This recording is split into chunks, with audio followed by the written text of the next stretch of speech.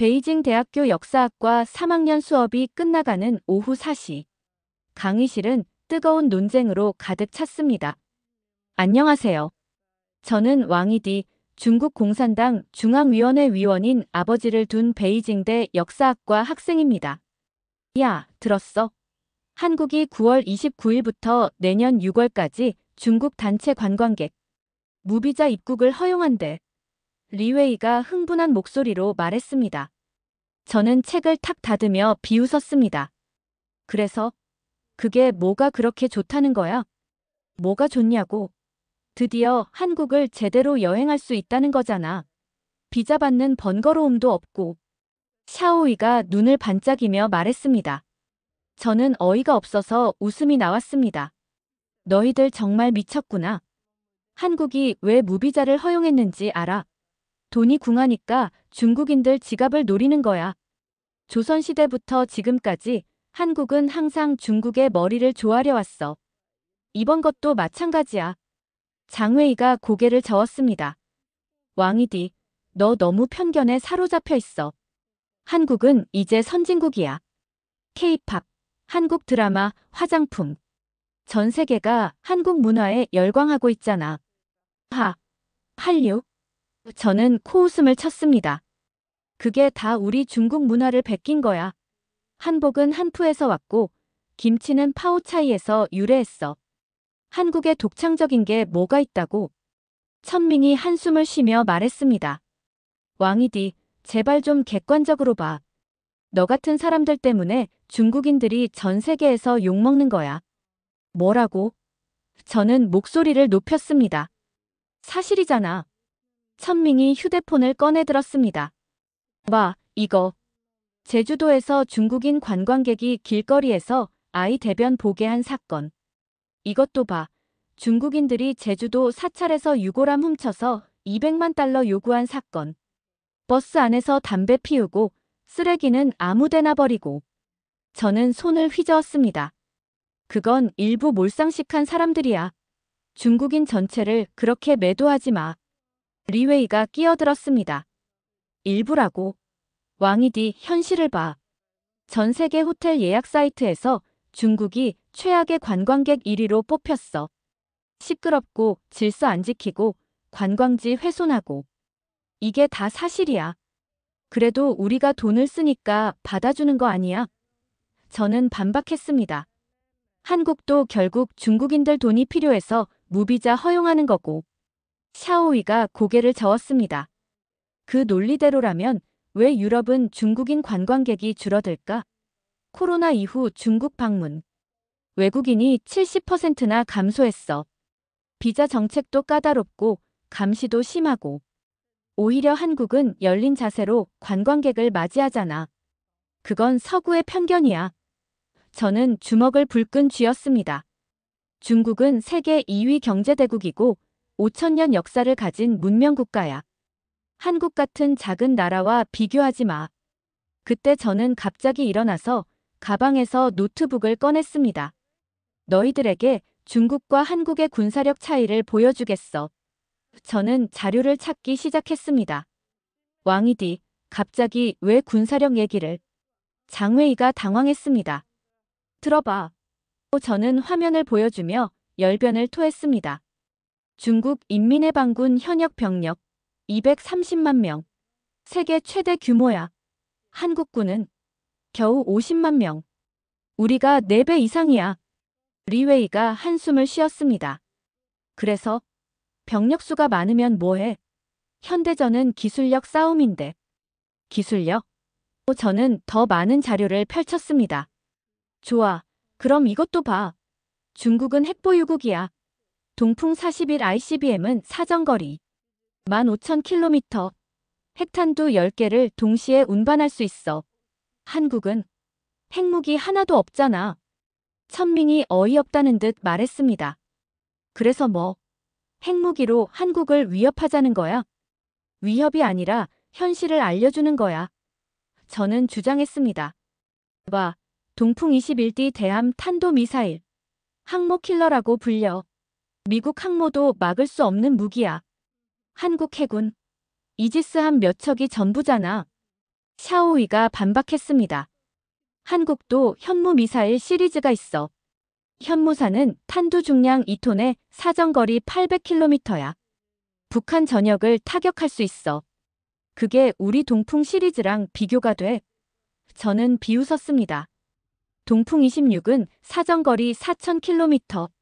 괌의 미군 기지도 타격 가능해. 그리고 봐, 이거. 저는 더 많은 자료를 보여줬습니다. 중국 해군 함정수 355척. 항공모함 2척에 곧 세 번째도 진수 예정이야. 55형 구축함은 12,500톤급으로. 세계 최대 수준. 한국은 세종대왕급 이지스함 3척이 자랑이라고. 장웨이가 사실을 지적했습니다. 숫자만 많으면 뭐해? 한국 해군은 질적으로 우수해. 그리고 한미동맹이 있잖아. 한미동맹. 저는 더욱 격앙됐습니다. 그게 바로 문제야. 한국은 스스로 설 수 없는 나라라는 증거지. 우리는 독자적인 군사력으로 누구든 상대할 수 있어. 리웨이가 차분히 말했습니다. 왕이디, 중국 군사력이 강한 건 인정해. 하지만 그게 한국을 무시할 이유는 안 돼. 무시가 아니라 현실이야. 저는 더 많은 데이터를 보여줬습니다. 중국 공군 제-20 스텔스 전투기 이미 150대 이상 실전 배치. 제-26 전투기 제-20C. 총 전투기 1600대 이상. 한국은 F-35A 40대 갖고 자랑하고 있잖아. 천밍이 반박했습니다. 한국도 KF-21 보라매를 개발하고 있어. 그리고 F-15K, F-16 등 우수한 전투기들이 있고. 저는 코웃음을 쳤습니다.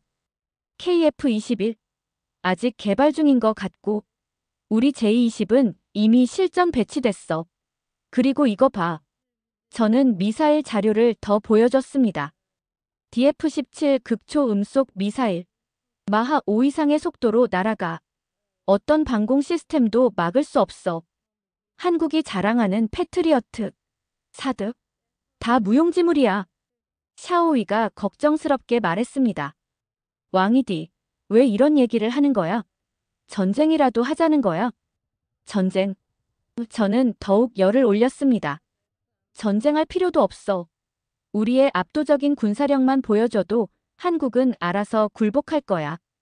역사를 봐. 조선은 병자호란 때 삼전도에서 청나라에 항복했잖아. 장웨이가 역사적 사실을 바로잡았습니다. 그건 400년 전 일이야. 그리고 그때도 조선이 끝까지 저항했어. 남한산성에서 버티고. 결국 항복했잖아. 저는 끼어들었습니다. 인조가 309 고두례를 했어. 3번 절하고 9번 머리를 조아렸다고. 그게 한국의 본질이야. 리웨이가 현대적 관점을 제시했습니다. 지금은 21세기야. 국제법이 있고 유엔이 있어. 무력으로 다른 나라를 위협하는 건 국제법. 저는 비웃었습니다. 강대국 앞에서 국제법이 무슨 소용이야? 미국이 이라크 침공할 때 국제법 지켰어. 러시아가 크림반도 합병할 때는. 천밍이 우려를 표했습니다. 그래서 중국도 그렇게 하자는 거야. 국제 깡패가 되자고. 깡패가 아니라 질서 회복이야. 저는 주장했습니다. 동아시아의 전통적 질서. 중국이 중심이 되는 중화 질서. 그러면서 저는 고전을 인용했습니다. 춘추좌전에 나오잖아.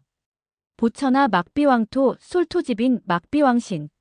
하늘 아래 왕의 땅 아닌 곳이 없고 땅 끝까지 왕의 신하 아닌 사람이 없다. 샤오위가 반박했습니다. 그건 2500년 전 봉건시대 사상이야. 지금 그걸 적용하자고. 사상에 시효가 있나? 저는 고집했습니다. 중화 문명의 우수성은 영원해.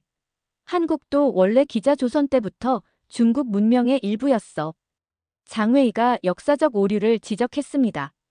기자조선은 중국 사서의 일방적 주장이야.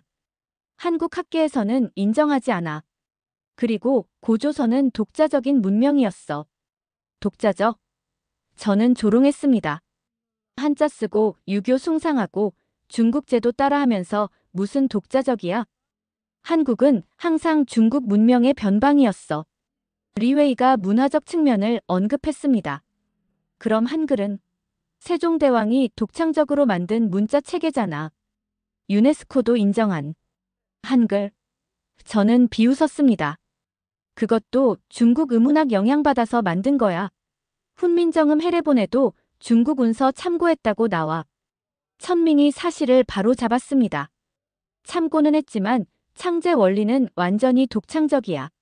자음은 발음 기관 모양을 본뜬 거고. 어쨌든 중국 영향이잖아. 저는 우겼습니다. 그리고 한국이 한글 만들고도 600년 동안 한문을 공식 문자로 썼어. 왜? 중국 문명이 우수하니까. 샤오위가 현실을 지적했습니다. 그런 논리면 일본도 한자 쓰는데 중국 속국이야. 베트남도. 일본은 바다 건너 있어서 독립성을 유지했고 베트남은 어쨌든 다르지. 저는 말을 얼버무렸습니다. 그때 저는 다시 군사적 위협으로 돌아갔습니다.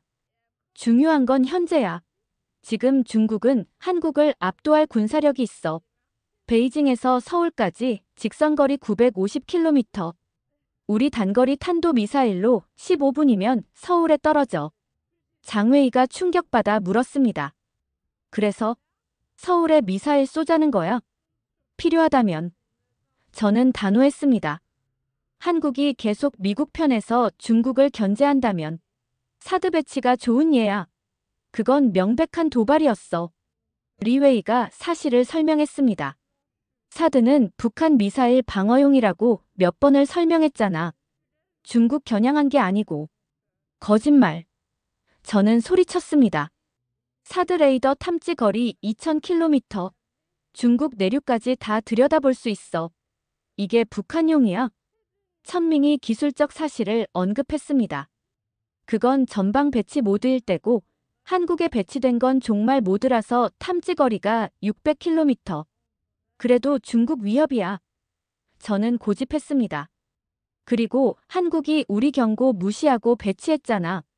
그래서 한한령으로 징벌한 거야. 샤오위가 경제적 측면을 언급했습니다. 그 한한령 때문에 중국도 손해봤어. 한국 관광객 줄고 한국 기업들이 중국 의존도 줄이고 단기적 손해는 감수할 만해. 저는 주장했습니다. 중요한 건 한국에게 교훈을 준 거야. 중국을 거스르면 대가를 치른다는. 그러면서 저는 더 극단적인 시나리오를 제시했습니다. 만약 내가 중국 지도자라면 한국에 최후 통첩을 보낼 거야. 첫째, 주한미군 철수. 둘째, 사드 철거. 셋째, 중국과 안보협정 체결. 친구들이 모두 경악했습니다. 그게 무슨 주권 국가에 대한 태도야?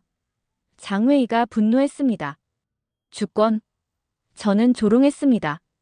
약소국의 주권은 강대국이 허락하는 만큼만 있는 거야. 이게 국제 정치의 현실이야. 리웨이가 국제법을 언급했습니다. 유엔 헌장의 주권 평등 원칙이. 유엔. 저는 비웃었습니다. 안보리 상임이사국인 중국이 반대하면 유엔이 뭘 할 수 있어? 아무것도 못해. 천밍이 윤리적 문제를 제기했습니다. 그런 논리면 양육강식 정글이잖아. 문명국가가 할 짓이 아니야. 문명. 저는 반박했습니다. 서구 제국주의 국가들이 아시아 침략할 때는 문명이었어. 힘이 정의야. 중국이 강해졌으니 이제 우리 차례야. 샤오위가 역사적 교훈을 언급했습니다. 그런 사고방식이 바로 2차 대전을 일으킨 거야. 일본도 대동아 공영권 어쩌고 하면서. 일본과 우리는 달라. 저는 화를 냈습니다. 일본은 침략자였지만 우리는 원래 주인을 찾는 거야. 역사적 정당성이 있어. 그러면서 저는 구체적인 군사작전까지 언급했습니다. 중국군의 작전 계획을 알아. 첫 단계, 미사일과 공군력으로 한국의 주요 군사시설 무력화. 둘째, 해군으로 해상 봉쇄. 셋째, 지상군 투입. 장웨이가 믿을 수 없다는 듯 물었습니다. 내가 무슨 장군이야? 왜 그런 걸 연구하고 있어? 적을 알아야 이길 수 있으니까. 저는 당당했습니다. 손자병법에도 나오잖아. 지피지기 백전불태. 리웨이가 지적했습니다. 손자병법에는 부전이구린지병 선지선야도 있어. 싸우지 않고 이기는 게 최고라고. 그래. 저는 그 말을 이용했습니다. 그래서 압도적 군사력을 보여주면 싸우지 않고도 항복받을 수 있다는 거야. 천밍이 현실적 문제를 언급했습니다. 한국 공격하면 미국이 개입할 텐데 한미 상호방 위조약이 있잖아. 미국? 저는 자신 있게 말했습니다. 미국이 한국 때문에 중국과 전면전할까? 핵전쟁 위험 감수하면서 절대 아니야. 우크라이나 봐. 나토 회원국도 아니니까 직접 개입 안 하잖아. 샤오이가 반박했습니다. 한국은 우크라이나와 달라. 70년 동맹이고 주한미군이 28,000명이나 주둔하고 있어. 그래서 더 좋아. 저는 이상한 논리를 폈습니다. 미군이 있으니까 먼저 미군 철수를 요구할 명분이 생기지. 외국 군대가 있는 나라가 무슨 주권 국가야? 장웨이가 어이없어 했습니다. 그런 논리면 판문점에 있는 중국군도 철수해야 하는 거 아니야? 그건 다르지. 저는 우겼습니다. 우리는 정전협정 당사자니까. 미국은 남의 나라 일에 왜 끼어들어? 그때 저는 더욱 극단적인 주장을 했습니다. 한국이 진짜 독립국이 되려면 중국의 보호를 받아야 해. 미국은 태평양 건너 있지만 중국은 바로 옆이야. 지정학적으로 당연한 선택이지. 리웨이가 한국의 입장을 설명했습니다. 한국 입장에서는 중국도 위협이야. 북한 편들고 탈북자 강제 송환하고. 북한? 저는 또 다른 논리를 폈습니다. 그것도 중국이 관리하는 거야. 북한이라는 완충지대가 있어서. 미군이 압록강까지 못 오는 거지. 한국은 고마워해야 해. 천밍이 인권 문제를 언급했습니다. 탈북자들을 강제로 돌려보내는 게 자랑이야? 그 사람들이 어떤 처벌받는지 알면서 내정 간섭하지 마. 저는 화를 냈습니다. 그리고 불법 입국자들이잖아. 중국법에 따라 처리하는 거야. 샤오이가 도덕적 문제를 제기했습니다. 법보다 인도주의가 우선 아니야? 목숨 걸고 도망친 사람들인데. 감상적이네. 저는 비웃었습니다. 국가 이익이 최우선이야. 중국과 북한의 관계를 해칠 수는 없어. 그러면서 저는 한국의 약점을 더 나열했습니다. 한국은 자원도 없고 땅도 좁고 인구도 5천만 밖에 안 돼. 중국은 희토류 세계 생산량 80%. 이것만 수출 중단해도 한국 산업은 마비돼. 장웨이가 사실을 지적했습니다. 한국도 대비하고 있어. 희토류 수입선 다변화하고 재활용 기술 개발하고. 그래봤자 한계가 있어. 저는 주장했습니다. 그리고 중국 시장 없이 한국 경제가 돌아가나? 한국 수출의 25%가 중국향이야. 리웨이가 반박했습니다. 그만큼 중국도 한국이 필요하다는 거지. 반도체, 디스플레이, 배터리. 중국도 한국 부품 없으면 안 돼. 일시적이야. 저는 우겼습니다. 중국이 기술 개발하면 곧 따라잡아. 그때 한국은 필요 없어져. 천밍이 현실을 언급했습니다. 그 고지 언제야? 반도체는 수십 년 축적된 기술인데. 우리는 할 수 있어. 저는 맹목적으로 주장했습니다. 중국의 잠재력은 무한해. 14억 인구의 힘. 그때 저는 역사를 또 왜곡했습니다. 임진왜란 때도 봐. 명나라가 조선을 도와줬잖아. 은혜를 모르는 한국은 이제 일본이랑 친하게 지내고. 배은망덕해. 샤오이가 역사적 사실을 바로잡았습니다. 명나라도 자기 이익 때문에 참전한 거야. 일본이 조선 거쳐서 중국 침략할까봐. 그래도 도와준 건 사실이잖아. 저는 고집했습니다. 조선은 그 은혜를 갚아야 해. 영원히. 장웨이가 한심하다는 듯 말했습니다. 400년 전 일로 영원히 빚지라고. 그럼 중국도 몽골한테 빚진 거야? 원나라 때 지배당했으니까. 그건 침략이고 이건 도움이야. 저는 구분했습니다. 전혀 달라. 리웨이가 물었습니다. 그래서 결론이 뭐야?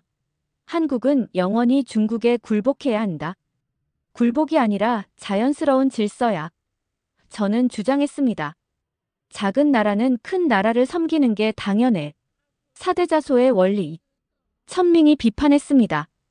그게 무슨 21세기 사고방식이야? 제국주의도 아니고. 제국주의가 뭐가 나빠? 저는 충격적인 발언을 했습니다. 팍스 로마나, 팍스 브리타니카. 다 제국이 가져온 평화야. 이제 팍스 시니카 시대야. 친구들이 모두 경악했습니다. 팍스 시니카? 샤오위가 믿을 수 없다는 듯 물었습니다. 그래. 저는 신이 나서 설명했습니다. 중국 중심의 세계 질서. 동아시아부터 시작해서 점차 확대. 1대1로가 그 시작이야. 장웨이가 우려했습니다. 그런 사고방식이 바로 중국 위협론을 만드는 거야. 주변국들이 중국을 두려워하게 만들고. 두려워해야지. 저는 당당했습니다. 공자님도 말씀하셨어. 웨이 불곤즉광. 두려워하지 않으면 미친 짓을 한다고. 리웨이가 정확히 지적했습니다. 그 해석 틀렸어. 그리고 공자는 덕치를 강조했지. 무력 통치를 말한 게 아니야. 덕이 있으려면 힘이 있어야 해. 저는 궤변을 늘어놓았습니다. 힘없는 덕은 무력해. 중국이 강해야 덕을 베풀 수 있어. 천밍이 물었습니다. 그래서 한국을 무력으로 위협하는 게 덕이야? 교육이야. 저는 이상한 논리를 폈습니다. 잘못된 길로 가는 동생을 바로 잡아주는 형의 역할. 샤오위가 어이없어 했습니다. 한국이 언제 중국의 동생이 됐어? 주권 국가끼리 무슨 형제관계야? 역사적으로 그래왔어. 저는 주장했습니다. 조선 국왕은 중국 황제한테 책봉받았어. 조공 사절 보내고. 이게 형제관계 아니면 뭐야? 그때 저는 더 구체적인 군사 위협을 언급했습니다. 우리 로켓군 봐. DF-26 중거리 탄도미사일, 사정거리 4,000km. 한국 전역은 물론 주일 미군 기지까지 타격 가능. 그리고 DF-21D 대함 탄도미사일로 미국 항모전단 접근 자체를 막을 수 있어. 장웨이가 기술적 한계를 지적했습니다. 그래도 미사일 방어 체계가 있잖아. 그리고 실전에서 검증된 것도 아니고. 검증? 저는 자신 있게 말했습니다. 2019년 남중국해에서 시험 발사 성공. 움직이는 표적 명중. 미국도 인정했어. 리웨이가 전쟁의 참상을 언급했습니다. 설사 군사적으로 이긴다 해도 그 과정에서 얼마나 많은 사람이 죽겠어. 한국인도 중국인도. 희생은 불가피해. 저는 냉정하게 말했습니다. 대의를 위해서는, 중화민족의 위대한 부흥을 위해서는. 천밍이 분노했습니다. 사람 목숨을 그렇게 가볍게 보다니. 너 정말 인간이야? 감정적이네. 저는 비웃었습니다. 지도자는 대국적 관점에서 봐야 해. 일시적 희생으로 영구적 평화를 얻을 수 있다면. 샤오위가 역사적 교훈을 상기시켰습니다. 히틀러도 그런 논리였어. 결과가 어땠는지 알지? 또 서구 사례. 저는 짜증을 냈습니다. 중국은 달라. 우리는 왕도 정치를 하는 거야. 패도가 아니라. 장웨이가 비꼬았습니다. 미사일로 위협하는 게 왕도야. 필요하기야. 저는 변명했습니다. 일단 복종시킨 다음에 은혜를 베푸는 거지. 채찍과 당근. 그때 저는 경제적 압박도 언급했습니다. 군사력만이 아니야. 경제 봉쇄도 가능해. 중국이 한국과의 무역 중단하면 한국 경제 즉시 마비야. 리웨이가 상호 의존성을 언급했습니다. 중국도 타격받아. 삼성, SK 반도체 공급 중단되면 대체 공급처 찾으면 돼. 저는 단순하게 생각했습니다. 대만이나 다른 나라에서. 천밍이 현실을 설명했습니다. 그렇게 쉬운 게 아니야. 반도체는 특정 공장에서만 생산 가능한 게 많아. 대체가 불가능해. 그럼 자체 생산하면 돼. 저는 고집했습니다. 중국의 기술력으로. 샤오위가 한숨을 쉬었습니다. 내가 말하는 그날이 오면 이미 세계가 다 바뀌어 있을 거야. 상관없어. 저는 단호했습니다. 중요한 건 중국이 주도권을 잡는 거야. 특히 한국 같은 배신자 국가는 확실히 제압해야 해. 그러면서 저는 문화적 침략도 언급했습니다. 한류? 그것도 막아야 해. 중국 청년들을 타락시키고 있어. 한국 드라마, K-팝 다 금지해야 해. 장웨이가 반박했습니다. 이미 한한령으로 막아봤잖아. 결과가 어땠어? 중국 엔터 산업만 타격받고. 그건 미온적이어서 그래. 저는 주장했습니다. 완전 차단해야 해. VPN 쓰는 사람도 처벌하고. 리웨이가 자유의 문제를 언급했습니다. 그게 무슨 문화 자신감이야? 막는다고 막아지나? 막을 수 있어. 또 저는 확신했습니다. 중국의 인터넷 만리장성은 완벽해. 더 강화하면 돼. 천밍이 지적했습니다. 그럼 중국이 북한이랑 뭐가 달라? 완전 폐쇄 국가가 되는 거잖아. 북한과는 달라. 저는 구분했습니다.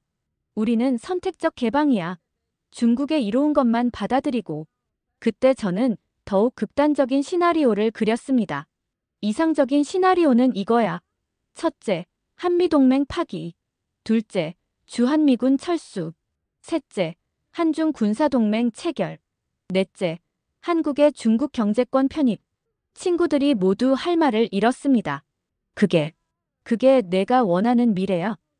샤오이가 믿을 수 없다는 듯 물었습니다. 당연하지. 저는 자랑스럽게 말했습니다. 그래야 동아시아의 진정한 평화가 와. 중국 주도의 평화. 장웨이가 비판했습니다. 그건 평화가 아니라 지배야. 로마의 평화도 결국 로마의 지배였어. 지배가 뭐가 나빠? 저는 반문했습니다. 유능한 자가 지배하는 게 당연하지. 중국이 한국보다 모든 면에서 우월한데. 리웨이가 인간적 가치를 언급했습니다. 우월함을 어떻게 정의해? 군사력? 경제력? 그럼 인권은? 자유는? 민주주의는? 서구적 가치관. 저는 일축했습니다. 중국에는 중국식 가치관이 있어.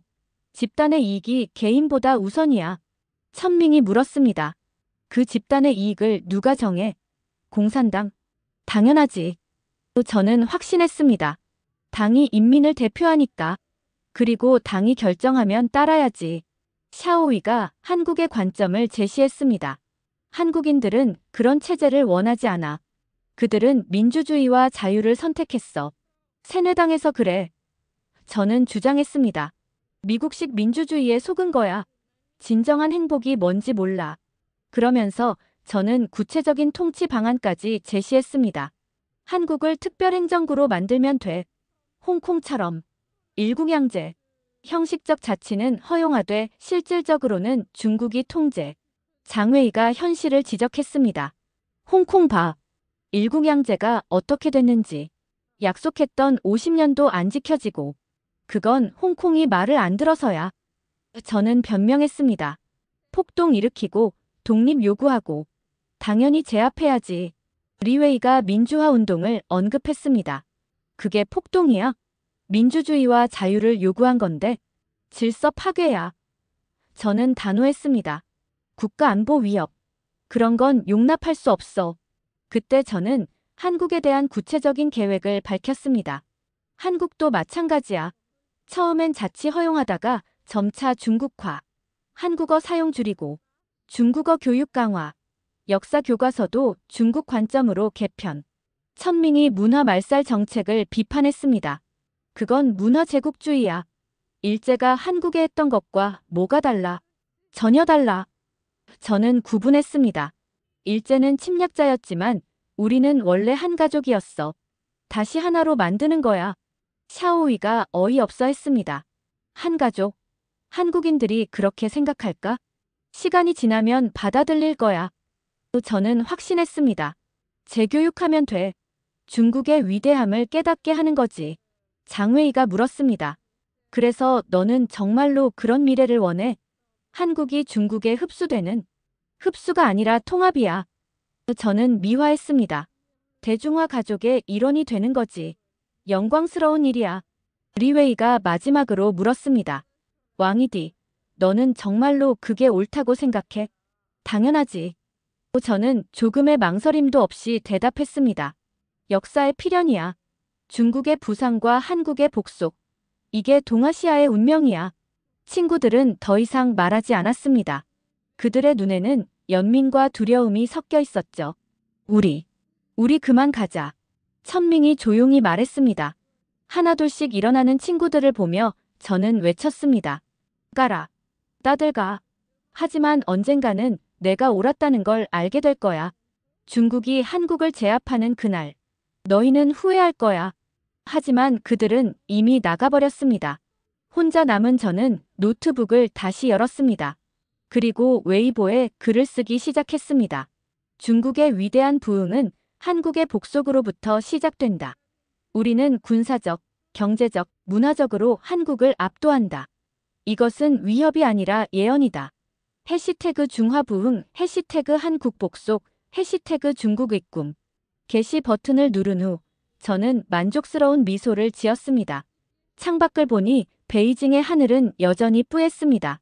하지만 제 눈에는 그것이 중국의 위대함을 상징하는 것처럼 보였죠. 언젠가 모두가 알게 될 거야. 중국이 얼마나 위대한지, 그리고 한국이 얼마나 하찮은지.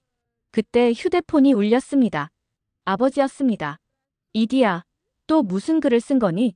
아버지, 저는 진실을. 당장 내려라. 그리고 내일 집으로 와라. 할 얘기가 있다. 전화가 끊어졌습니다. 아버지의 목소리에는 분노가 담겨 있었죠. 하지만 저는 개의치 않았습니다. 아버지도 언젠가는 이해하실 거야. 내가 진정한 애국자라는 걸. 저는 다시 노트북을 열었습니다. 이번엔 더 자세한 글을 쓸 생각이었죠. 중국이 한국을 지배해야 하는 10가지 이유. 첫 번째, 역사적 정당성. 조공 책봉 체제의 전통. 두 번째, 군사적 우위. 압도적인 화력과 병력. 세 번째, 경제적 종속. 중국 시장 없이는 생존 불가. 저는 열심히 타이핑했습니다. 제 주장을 뒷받침할 온갖 자료와 논리를 동원해서. 물론 대부분은 왜곡되고 과장된 것들이었지만 저에게는 그것이 진실이었습니다. 중국은 위대하다. 한국은 작다. 큰 나라가 작은 나라를 지배하는 것은 자연의 이치다. 이것이 제 신념이었고 저는 그것을 절대 포기하지 않을 것입니다. 밖에서 학생들의 웃음소리가 들렸습니다. 아마 다음 수업을 기다리는 학생들이겠죠. 그들 중에는 한국 문화를 좋아하는 학생들도 있을 것입니다. 한국 드라마를 보고 K-팝을 듣고 한국 음식을 먹는 불쌍한 것들. 진실을 모르고 있어. 저는 그들을 계몽해야 한다고 생각했습니다. 중국의 위대함과 한국의 하찮음을 알려줘야 한다고. 그것이 제 사명이라고 믿었습니다. 언젠가는 모두가 깨닫게 될 거야. 그렇게 저는 계속해서 글을 썼습니다. 혼자, 외롭게, 하지만 확신에 차서. 베이징 대학교의 오후는 그렇게 저물어가고 있었습니다.